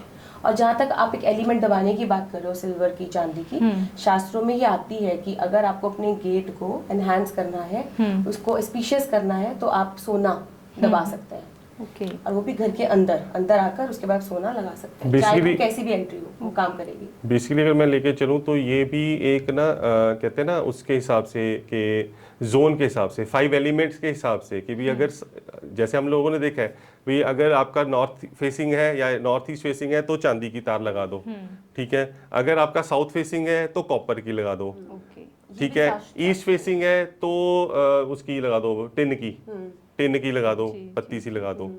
मतलब कि ये नहीं है, शास्त्रों में नहीं दिया गया। पहले नंबर पे 5 एलिमेंट्स ही वहां पे नहीं है, शास्त्र में दिए गए। तो अगर 5 एलिमेंट ही नहीं है तो ये एलिमेंट स्ट्रिप्स का क्या काम करना? बिल्कुल। शास्त्रों में एलिमेंट्स बताए जो गए हैं वो यूज करने के लिए कैसे यूज करने हैं, किस तरह से उसको यूज करना है, कि आपकी अगर लेट्स से एंट्री खराब है तो उसमें क्या धातु डालें जिससे वो एनहेंस हो जाए, आपको नेगेटिव इफेक्ट देने कम कर दे, ठीक है। रेमेडियल पार्ट में जस्लीन आपको सारा उसके रेमेडियल जो है आपको बताएंगे। मेजर अगर मैं इसमें वापस आता हूँ कि ईशान कोण की जो मिथ है वो तो पता मिथ बस्ट हो चुकी है। सेकंड नंबर पे अब होता क्या है, मोस्टली क्या होता है कि हर एक ने ना ये स्क्वायर प्लॉट का ही स्क्वायर ही देखी हुई है। तो आर्किटेक्ट भी क्या गलती करते हैं कि भाई अगर आपका नॉर्थ फेसिंग घर है तो आपका ये कोना जो कौन होगा वो नॉर्थ ईस्ट होगा और ये नॉर्थ वेस्ट होगा। तो मैम मुझे लगता है कि वास्तु एक इतना बड़ा इतना वास्ट टॉपिक है कि अगर हम उस पर बातचीत करते रहें तो 2400 घंटे उसके लिए कम है। तो चलिए हम एंड तक ले जाते हैं अपने इस पॉडकास्ट को। तो अगर लास्ट में आप कुछ कंक्लूड करना चाहें तो कैसे आप वास्तु को कंक्लूड करेंगे? मैं इसे कंक्लूड एक मैसेज देके करना चाहूँगी जी। आई वुड से कि इट इज़ द टाइम कि हम अपने दादा दादी की पुरानी पेटी खोलें और इसमें से शास्त्र, गुरबानी, ग्रंथ निकालें और उन्हें अध्ययन करें, उनका पढ़ें, सीखें, समझें और फिर अप्लाई करें जी। और हम उनकी वैल्यू करें। बिकॉज जो स्क्रिप्चर्स हैं दे आर टाइमलेस, ठीक है। एंड मोर ओवर यहाँ पे एक चीज़ मैं और बोलना चाहूँगी कि बजाय कि इन्हें इनकम्प्लीट कहना या सूडो साइंस कहना और उसके बाद यही चीज़ हमारे पास 10 साल बाद हमें परोसी जाती है हमारे शास्त्रों की कोई नए नाम से, जैसे मैंने अभी बात की थी द बिग बैंग थ्योरी, बिल्कुल, ठीक है। और या आप कह लो कि अपसर्ट नाम से, जैसे कि कार्डियक कोहेरेंस नाम तो सुनने में बड़ा सही लगता है, और है क्या, जस्ट अ टेक्निक। आप ब्रीदिंग कैसे करते हैं जिससे आप स्ट्रेसफुल लाइफ जी सकें, मेडिटेशन, बात वही है, लेकिन पड़ोसी एक बहुत अच्छे पैकेट में जा रही है। तो बस वापस आइए अपने शास्त्रों की तरफ, अपने वेदों की तरफ। That's all. चलिए, आपने बहुत अच्छी बात कही। सर आप कुछ कहना चाहेंगे अंत में? मैम मैं ये कहना चाहूँगा व्यूअर्स को कि वो डरे मत जी, क्योंकि फेसबुक पे यूट्यूब पे बहुत डराया जा रहा है ये जो आर्ट है, जो ये साइंस है वास्तु की, बहुत डिवाइन है जी। बहुत प्यारी है। इसके लिए आप शास्त्रों की तरफ जाइए, शास्त्रों को देखिए, कहीं इधर उधर जाने की ज़रूरत नहीं है। अगर व्यूअर्स को ये वीडियो हमारी अच्छी लगी, उनका कोई क्वेश्चंस हैं, जी। हम उनका 100% कोशिश करेंगे हम उनको उसका जवाब दें। जवाब। दोस्तों, उम्मीद करती हूँ कि आज का पॉडकास्ट आपको बहुत ही इन्फॉर्मेटिव लगा होगा। आपने बहुत सारी जानकारियाँ प्राप्त करी, वास्तुशास्त्र के बारे में जाना। तो इसी तरह के पॉडकास्ट आगे देखने के लिए आप लाइक कीजिए, सब्सक्राइब कीजिए और शेयर ज़रूर कीजिए। Thank you.